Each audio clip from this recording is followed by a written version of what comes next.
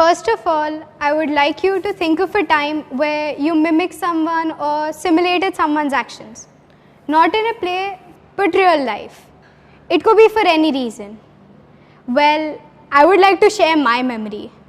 Whenever the topic of my childhood is brought up at my place, the first thing that I hear my parents say is that as a kid, I used to follow my elder sister everywhere, imitating her every action.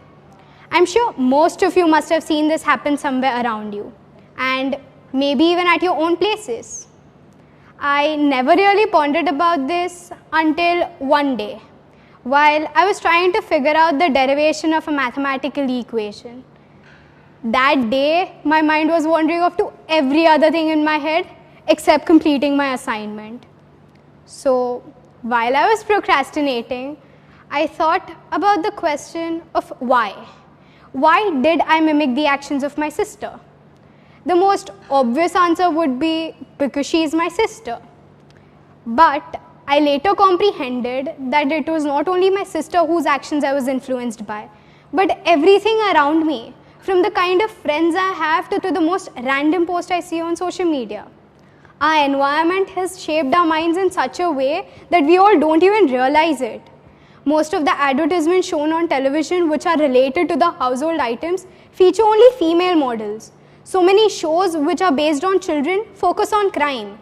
Many of the cartoons now have also started portraying bullying and violence.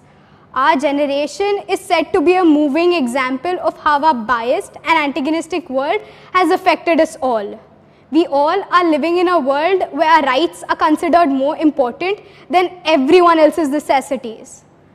According to a famous philosopher, John Locke, children are born with tabula rasa, which roughly translates to a blank slate, meaning the children are born with no knowledge and they gain through life experiences.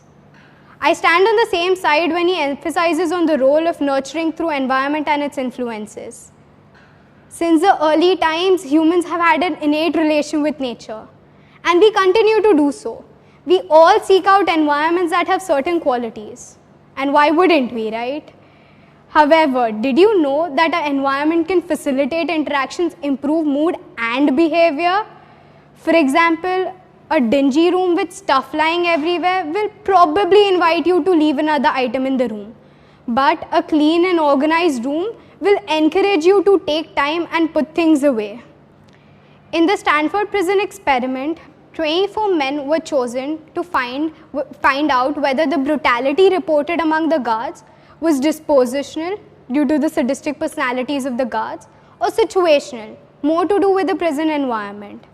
The surprising fact here is that the experiment that was to last for 14 days had to be terminated by the end of 6th.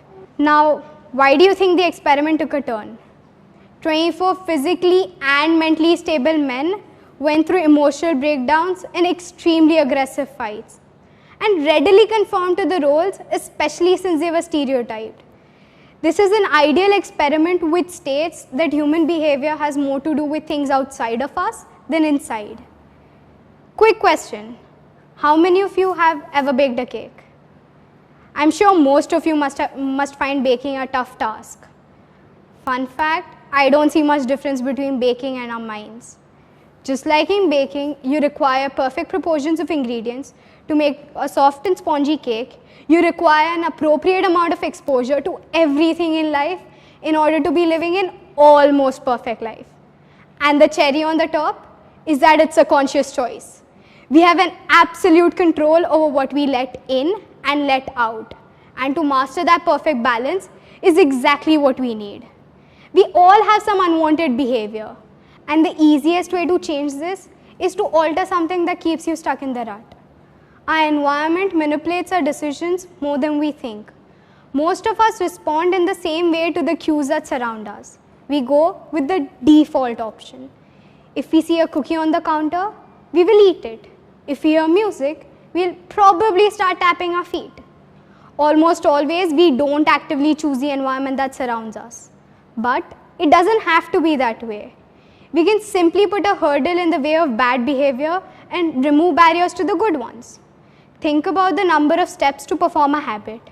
Remove the number of steps between you and the good habit and increase it between you and the bad ones to make it harder to reach them. For instance, pick up your TV remote and put it in a drawer or somewhere out of your sight. Now you can place a book in place of your remote. Now, whenever you feel like watching TV, you can read the book instead. Think of simple changes like these, because believe me when I say, you're always one decision away from a totally different life. They say that all mistakes can be resolved, but I believe if we do nothing about it now, we'll be able to do nothing about it later. Our environment has caused a major impact on all of our mindsets. Now, I'm not questioning anyone's living strategies, but I'm questioning our surroundings. I'm questioning the artificial productions that we are exposed to on a daily basis. I'm questioning the derivation of our behavioral equation. Thank you.